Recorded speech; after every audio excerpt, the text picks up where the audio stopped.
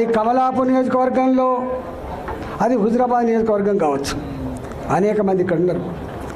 48 గంటల పాటు 72 గంటల పాటు ఉత్తర దక్షిణ భారతానికి రైళ్లు ఆపాలని చెప్పి పిలిపిస్తే మనం సాక్ష్యం కదా, ఫైరింగ్ చేస్తాం, చంపేస్తాం అని చెప్పి బెదిరిస్తే కూడా ఫైర్ చేసుకోవాలి నా కొడుకు అని చెప్పి ఛాతిని ఎదురొడ్డినటువంటి సాహసమూర్తున్న గడ్డ హుజురాబాద్ అనేక త్యాగాలకు, చైతన్యానికి, ముక్కుసూటితనానికి మారుపేరుగా ఉన్న గడ్డ హుజురాబాద్ అడ్డా. అక్కడ నేను ఎమ్మెల్యే అయినా, అక్కడ నన్ను ఎమ్మెల్యే గెలిపించుకున్నారు వాళ్ళు. ఇవాళ చాలామంది ఇక్కడ ఉన్నారు. ఇంతమంది ఎవరు చెప్పారు, సురేంద్రరావు గారు చెప్పారు, 2005లో స్థానిక సంస్థల ఎన్నికలు వస్తే కాపాడింది కరీంనగర్ని ఆనాటి కమలాపూర్ నియోజకవర్గం గుర్తుపెట్టుకోండి. చాలామంది సద్దులు కట్టుకొని అనేక దిక్కుల ప్రచారానికి పోయిన కరీంనగర్లో ఇదే. 2006లో కేసీఆర్ గారికి ఎన్నికలు వస్తే మళ్ళీ గదే హుజురాబాద్పై కొట్లాడిండ్రు. ఇవాళ ఒక్కటి కాదు, రెండు కాదు, తెలంగాణ వ్యాప్తంగా ఎక్కడ సాహసోపేతమైన ఉద్యమాలు జరిగినా ఆ సాహసోపేతమైన ఉద్యమాలలో పాల్గొన్న బిడ్డలు హుజురాబాద్ బిడ్డలు. ఇవాళ మానుకోట ఇవాళ గుర్తు, మానుకోట రాళ్లకు మొక్కాలని చెప్పి ఇవాళ కూడా మాట్లాడుకుంటాం. మానుకోట రైల్వే స్టేషన్లో చిందిన రక్తం సాక్షిగా అనేక మంది ఉన్నారు.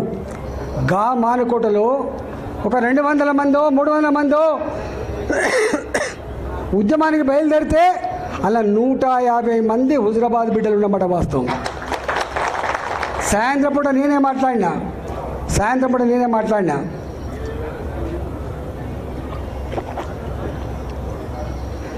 భార్య పిల్లలు గుర్తొచ్చితే వాళ్ళ ఇంటికి వెళ్ళిపోండి.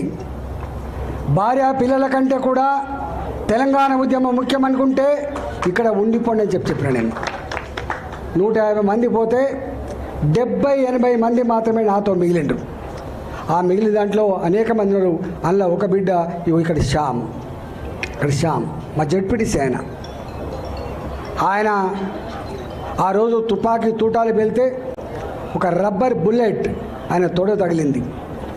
ఆయన గిలగిల కొట్టుకున్నప్పుడు అనేక మంది బిడ్డలు రక్తం మడుగులలో గిలగిల కొట్టుకుంటూ కూడా వాళ్ళన్న ఒకటే ఒక మాట, అన్న బతికించండి, బతికిస్తే మళ్ళీ తెలంగాణ కోసం కొట్లాడుతున్నటువంటి చరిత్రకి సాక్ష్యం నేను. అలా ఒక బిడ్డని తీసుకొచ్చి శ్యామ్ని తీసుకొచ్చి హాస్పిటల్ చేసి అంటే ఇవాళ గక్కడి నుంచి వచ్చిన మనం ఇంకా మన గురించి ఎక్కువ చెప్పుకోవాల్సి అక్కర్లేదు. మనంగా బయటికి రాలే.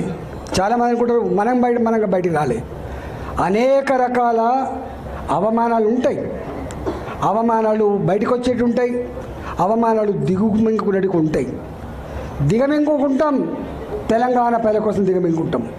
చాలామంది తెలియదు, పదవుల కోసం పెదవులు మూసేవాడే అయితే ఇవాళ 2 సార్లు మంత్రి పదవి అనుభవించిన నేను ఆర్థిక మంత్రిగా ఉండంగా కూడా ఆనాడు మున్సిపల్ కార్మికులు సమ్మె చేస్తే ఆనాటి ముఖ్యమంత్రి కేసీఆర్ 1700 మంది కార్మికులని ఒక కలంపోటుతో తీసేసినాడు. తప్పుగా ఆకలితో ఉన్న వాళ్ళతో పెట్టుకునే ప్రయత్నం చేయొద్దని చెప్పి మంత్రిగా ఉండి కూడా చెప్పగలిగినోడు ఈటల గుర్తుపెట్టుకో. మళ్ళీ వాళ్ళకు అండగా ఉన్న 1700 మంది కార్మికుల్ని మళ్ళీ తీసుకునే చరిత్ర మీకు తెలుసు. తెలంగాణ వ్యాప్తంగా ఆర్టీసీ కార్మికులు సమ్మె చేస్తే కొంతమంది విధవలు మా దాంట్లో ఉన్నారు, వాళ్ళు సపోర్ట్ చేస్తున్నారని చెప్పి మమ్మల్ని నిందించినా కూడా మేము ఆర్టీసీ కార్మికుల సమ్మె న్యాయమైందని చెప్పి సపోర్ట్ చేసినటువంటి 2 ఎగ్జాంపుల్ చెప్తున్నా. ఇంకా అనేకం ఉంటాయి. గక్కడి నుంచి వచ్చిన వాళ్ళం మేము. ఆర్థిక మంత్రి కంటే ఇంకే పెద్దగా ఉంటుంది, ముఖ్యమంత్రి పదవి ఉంటుంది. నాకు తెలియదా ఈ ప్రభుత్వం ఈ ముఖ్యమంత్రితో కొట్లాడుతున్న పని పోద్దని? ముఖ్యమంత్రితో కొట్లాడడం శ్రేయస్కరం కాదు తెలియదా నాకు, కానీ చేస్తాం. ఎందుకంటే మేము పెడుసు నుంచి వచ్చిన వాళ్ళం కాబట్టి, ఆత్మగౌరవం కోసం కొట్లాడిన కాబట్టి, అన్యాయాలకు అక్రమాలకు దుర్మార్గాలకు వ్యతిరేకంగా బరిగీసి కొట్లాడిన కాబట్టి, పదవుల కోసం పెదవులు మూసుకోవద్దు.